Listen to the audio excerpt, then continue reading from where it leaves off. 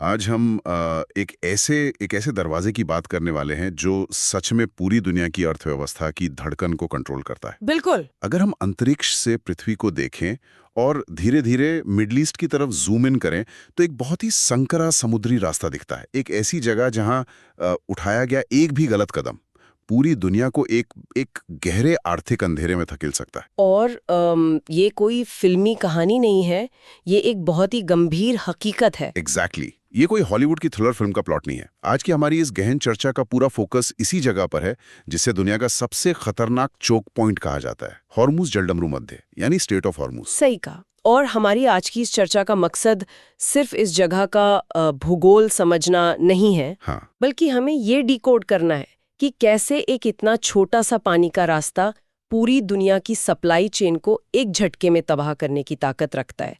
ये सिर्फ एक समुद्री रास्ता नहीं है, ये एक ऐसा नर्व सेंटर है जिसे अगर दबा दिया जाए तो पूरी दुनिया दर्द से कराह उठेगी। तो चलिए अब इसी भूगोल से ही शुरू करते हैं। नक्शे पर देखने में ये ईरान और ओमान के बीच एक वी आकार का बहुत ही छोटा सा एकदम कुदरती कीप जैसा लगता है। एक फनल की तरह। हाँ, एक फनल की तरह। इसके उत्तर में ईरान है और दक्षिण में ओमान। तो इसे ऐसे समझ सकते हैं कि ये सिर्फ दो जमीनी हिस्सों के बीच का पानी है। लेकिन इसकी अहमियत किसी भी देश के खजाने से कहीं ज्यादा है। देखिए, इस भौगोलिक संरचना को समझने के लिए एक बहुत ही दिलचस्प नजरिया है। वो क्या? हम फारस की खाड़ी को, जिसे पर्शियन गल्फ कहते हैं, उसे एक विशालकाय गोदाम मान सकते हैं। एक गोदाम? हाँ, एक ऐसा गोदाम जहां दुनिया का सबसे ज्यादा कच्चा तेल जमा है। इराक, कुवैत, सऊदी अरब, कतर, ये सारे देश इसी खाड़ी के किनारे बसे हैं। बिल्कुल। और अपना सारा तेल इसी पानी में उतारते हैं। अब समस्या ये है कि इस विशाल गोदाम से बाहर निकलने का सिर्फ एक ही निकास द्वार है, एग्जिट डोर। एग्जैक्टली। और वो एग्जिट डोर है हॉर्मुज जल डमरू मध्य। ये रास्ता फारस की खाड़ी को अरब सागर से जोड़ता है। और यहाँ सबसे हैरान करने वाली बात इसकी चौड़ाई है। चौड़ाई जो कि बहुत कम है। बहुत कम। इसके सबसे कम चौड़े हिस्से में ये रास्ता महज 39 किलोमीटर का है। महासागरों के पैमाने पर 39 किलोमीटर कुछ भी नहीं होता। पर यहीं पर एक आम इंसान को थोड़ा भ्रम हो सकता है। कैसा भ्रम? मतलब अगर कोई सोचे तो जमीन पर 39 किलोमीटर की चौड़ाई तो बहुत होती है। हाँ, सुनने में लगता है। अगर दो गाड़ियां या दो जहाज आमने सामने से आ रहे हो तो 39 किलोमीटर में तो वो आसानी से एक दूसरे के बगल से निकल सकते हैं। फिर ये इतना खतरनाक संकरा रास्ता कैसे बन गया? यही वो सबसे बड़ा भ्रम है जो अक्सर लोगों के दिमाग में होता है। 39 किलोमीटर सुनने में एक अच्छी खासी चौड़ाई लगती है। नक्शे पर भी ये हिस्सा खुला हुआ नजर आता है। बिल्कुल। लेकिन जब समुद्री नेविगेशन की बात आती है ना, खासकर उन जहाजों की जो इस रास्ते से गुजरते हैं, तो ये 39 किलोमीटर का आंकड़ा पूरी तरह से बेमानी हो जाता है। क्योंकि वो कोई आम नावें नहीं होती। सही कहा। हाँ। वो कोई छोटे क्रूज या नावें नहीं है, वो विशालकाय तेल टैंकर होते हैं जिन्हें सुपर टैंकर कहा जाता है, जो आकार में कई फुटबॉल मैदानों से भी बड़े होते हैं। हाँ, और इनमें लाखों बैरल तेल भरा होता है। इतने भारी जहाज को तैरने के लिए गहरे पानी की बहुत ज्यादा जरूरत होती है, जिसे समुद्री भाषा में ड्राफ्ट कहते हैं। और हॉर्मुज जलडमरू मध्य में वो गहराई हर जगह नहीं है। बिल्कुल नहीं। हॉर्मुज के ज्यादातर हिस्से उथले हैं।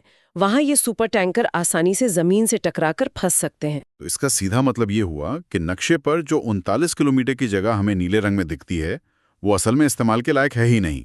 एकदम सही।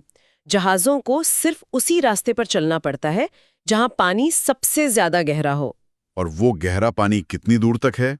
जब उसकी नापजोख की जाती है तो वो 39 किलोमीटर सिकुड़कर सिर्फ कुछ किलोमीटर्स में बदल जाता है। अरे बाप रे। हाँ, गहरे पानी की कमी के कारण उन विशाल तेल टैंकरों के लिए सिर्फ 3 किलोमीटर चौड़ी दो पतली गलियां ही सुरक्षित मानी गई हैं। सिर्फ 3 किलोमीटर? सिर्फ 3 किलोमीटर। एक लेन खाड़ी के अंदर आने वाले जहाजों के लिए है और दूसरी लेन बाहर जाने वाले जहाजों के लिए। और दुर्घटनाओं से बचने के लिए दोनों के बीच में एक छोटा सा बफर जोन रखा गया है। ये तो कुछ ऐसा हो गया जैसे दुनिया के सबसे बड़े, सबसे भारी ट्रकों को किसी शहर की सबसे पतली गली से गुजारने की कोशिश की जा रही हो। बहुत ही सटीक उदाहरण है ये। जरा सोचिए, एक विशालकाय सुपर टैंकर जिसे मुड़ने या रुकने में ही कई किलोमीटर का फासला लग जाता है। हाँ, वो तुरंत ब्रेक तो मार नहीं सकते। बिल्कुल। उसे सिर्फ 3 किलोमीटर की एक निर्धारित लेन में एकदम सीधी लाइन में चलना होता है। और अगर जरा सी भी चूक हुई, या किसी जहाज के इंजन में कोई तकनीकी खराबी आ गई, या कोई जहाज गलती से बफर जोन पार कर गया, तो न सिर्फ एक भयानक दुर्घटना हो सकती है, बल्कि पीछे आ रहे सारे जहाजों का ट्रैफिक वहीं का वहीं थम जाएगा। ट्रैफिक जाम, वो भी समुद्र में। हाँ। और ये सिर्फ प्राकृतिक या तकनीकी दुर्घटनाओं का डर नहीं है। चोक पॉइंट का असली मतलब ही यही होता है कि ये एक ऐसी संकरी जगह है जहां आवाजाही को बहुत कम सैन्य बल के इस्तेमाल से रोका जा सकता है। आसान शिकार। बिल्कुल। जब रास्ता इतना संकरा हो और जहाजों के पास मुड़ने का विकल्प ही ना हो, तो वहां से गुजरने वाले हर जहाज पर नजर रखना या उस पर नियंत्रण करना किसी भी सैन्य ताकत के लिए बहुत आसान हो जाता है, खासकर उन देशों के लिए जिनकी सीमाएं इस रास्ते से सटी हुई हैं। सही कहा। अगर कोई देश चाहे कि वो इस रास्ते को ब्लॉक कर दे, तो उसे पूरी खाड़ी में कोई बड़ा युद्ध लड़ने की जरूरत नहीं है। उसे सिर्फ उन 3 किलोमीटर की लेंस में कुछ समुद्री सुरंगें बिछानी है, माइंस बिछानी। हाँ, या फिर कुछ जहाजों को डराकर वापस भेजना है। पूरा का पूरा वैश्विक व्यापार रातों रात पंगु हो जाएगा। यहाँ से ये चर्चा सच में बहुत दिलचस्प और थोड़ी डरावनी भी होने लगती है, क्योंकि जब हम कहते हैं कि वैश्विक व्यापार पंगु हो जाएगा, तो ये बात थोड़ी हवा हवाई लग सकती है। हाँ, लोगों को लगता है कि इसका उन पर क्या असर पड़ेगा। Exactly. तो चलिए इस दाव पर क्या है वाले हिस्से को थोड़े ठोस आंकड़ों के साथ डिकोड करते हैं। इस संकरे रास्ते से असल में कितना तेल रोज गुजरता है? ये आंकड़े सच में होश उड़ा देने वाले हैं। रोजाना हर एक दिन इस संकरे रास्ते से लगभग 2 करोड़ बैरल कच्चा तेल गुजरता है। 2 करोड़ बैरल? हाँ, और अगर इसे हम वैश्विक खपत के नजरिए से देखें, तो ये पूरी दुनिया के कुल तेल उपभोग का पूरे 20% हिस्सा है। मतलब दुनिया का हर 5वां बैरल तेल? बिल्कुल। जो भी तेल किसी गाड़ी, हवाई जहाज या कारखाने में इस्तेमाल होने वाला है, उसका 20% इसी हार्मोन्स के रास्ते से निकलता है। और बात शायद सिर्फ कच्चे तेल तक ही नहीं रुकती। सही कहा। दुनिया तेजी से प्राकृतिक गैस की तरफ भी बढ़ रही है, और कतर दुनिया के सबसे बड़े लिक्विफाइड नेचुरल गैस यानी LNG निर्यातकों में से एक है। हाँ, कतर का गैस रिजर्व बहुत बड़ा है। और आपको जानकर हैरानी होगी कि कतर से निकलने वाली LNG की 100% सप्लाई 100%? पूरी 100% सप्लाई इसी जलडमरू मध्य से होकर जाती है। यानी विश्व बाजार में जाने वाली गैस का एक बहुत बड़ा हिस्सा पूरी तरह से इसी रास्ते का मोहताज है। ये तो सच में एक विशाल नल की तरह हो गया, जिससे दुनिया की ऊर्जा बह रही है। बहुत सही तुलना है। ये ऊर्जा का नल है। अगर किसी भी भू राजनीतिक तनाव या युद्ध के कारण ये नल अचानक बंद हो जाता है, तो क्या होगा? इसका असर तो सीधे आम इंसान की जेब पर पड़ेगा। असर इतना भयानक होगा कि अभी हम बस उसकी कल्पना कर सकते हैं। अगर ये 20% तेल अचानक से बाजार से गायब हो जाए, तो दुनिया में हाहाकार मच जाएगा। सप्लाई कम होगी तो कीमतें बढ़ेंगी, रातों रात आसमान छूने लगेंगी। एक बैरल तेल की कीमत $150, $200 या उससे भी ऊपर जा सकती है। और जब तेल महंगा होता है, तो सिर्फ पेट्रोल पंप पर गाड़ियों में डलने वाला ईंधन महंगा नहीं होता, पूरी सप्लाई चेन ठप पड़ने लगती है। जो सब्जियां, अनाज और दवाइयां ट्रकों के जरिए एक शहर से दूसरे शहर जाती हैं, उनका माल भाड़ा कई गुना बढ़ जाएगा। हर वो चीज जो कारखानों में बनती है, जिसमें प्लास्टिक या पेट्रोकेमिकल्स का इस्तेमाल होता है, उसकी लागत बढ़ जाएगी। महंगाई का एक ऐसा भंवर पैदा होगा जिसे संभालना किसी भी सरकार के लिए मुश्किल हो जाएगा। और जिन देशों के पास अपना कोई ऊर्जा स्रोत नहीं है, जो पूरी तरह से आयात पर निर्भर है, वहां तो कारखानों की मशीनें रुक जाएंगी, घरों की बिजली तक गुल हो सकती है। ये पूरी एक चेन रिएक्शन है। एक संकरा रास्ता बंद हुआ और दुनिया के दूसरे कोने में किसी आम इंसान के घर का बजट बिगड़ गया या उसकी नौकरी चली गई। इसी वजह से ये इलाका दुनिया के सबसे संवेदनशील क्षेत्रों में गिना जाता है। जाहिर सी बात है, जहां इतना बड़ा खजाना और इतनी बड़ी कमजोरी एक साथ मौजूद हो, वहां दुनिया की बड़ी ताकतें अपना नियंत्रण बनाए रखना चाहेंगे। और यहीं से शुरू होता है असली जियोपॉलिटिकल शतरंज, यानी भू राजनीतिक शतरंज का खेल। ये हिस्सा मुझे बहुत दिलचस्प लगता है, क्योंकि इस शतरंज की बिसात पर मुख्य रूप से 2 बड़ी ताकतों का टकराव देखने को मिलता है। बिल्कुल। एक तरफ है ईरान, जिसके पास इस इलाके का सबसे बड़ा होम एडवांटेज है। होम एडवांटेज, क्योंकि वो उत्तर में बिल्कुल सटा हुआ है। हाँ, भूगोल ने ईरान को इस जलडमरू मध्य के उत्तरी हिस्से पर पूरा प्राकृतिक नियंत्रण दिया है। ईरान की समुद्री सीमा बहुत लंबी है और उसके पास हॉर्मोस और केशम जैसे बहुत ही अहम द्वीप हैं, जहां से वो निगरानी रख सकते हैं। एकदम सही। इन द्वीपों की भौगोलिक स्थिति ऐसी है कि यहाँ से ईरान इस संकरे रास्ते से गुजरने वाले हर एक जहाज की बहुत ही बारीकी से निगरानी कर सकता है। उनके लिए ये सिर्फ व्यापार का मामला नहीं है। नहीं, ये उनकी राष्ट्रीय सुरक्षा और संप्रभुता का मामला है। और उनके काम करने का तरीका भी बहुत अलग है।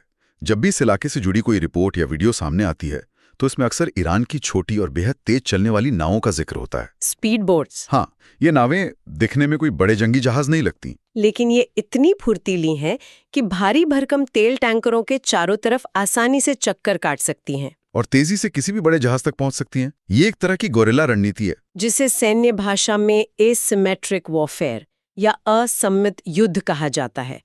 ईरान जानता है कि वो पारंपरिक नौसैनिक युद्ध में पश्चिमी ताकतों का सीधे तौर पर मुकाबला नहीं कर सकता।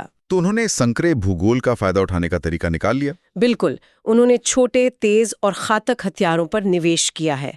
वो इन छोटी नावों पर मिसाइलें और मशीन गन लगाकर एक मनोवैज्ञानिक दबाव बनाए रखते हैं। और दूसरी तरफ उनके ठीक सामने खड़ी है दुनिया की सबसे बड़ी सैन्य शक्ति अमेरिका। अमेरिका का नजरिया यहाँ बिल्कुल अलग है। उनके लिए ये सुनिश्चित करना सबसे बड़ी प्राथमिकता है कि दुनिया की ऊर्जा सप्लाई चेन का ये निकास द्वार हमेशा खुला रहे। इसलिए अमेरिकी नौसेना और उनके सहयोगी देश यहाँ लगातार गश्त करते रहते हैं। ये दृश्य अपने आप में बहुत कुछ कहता है।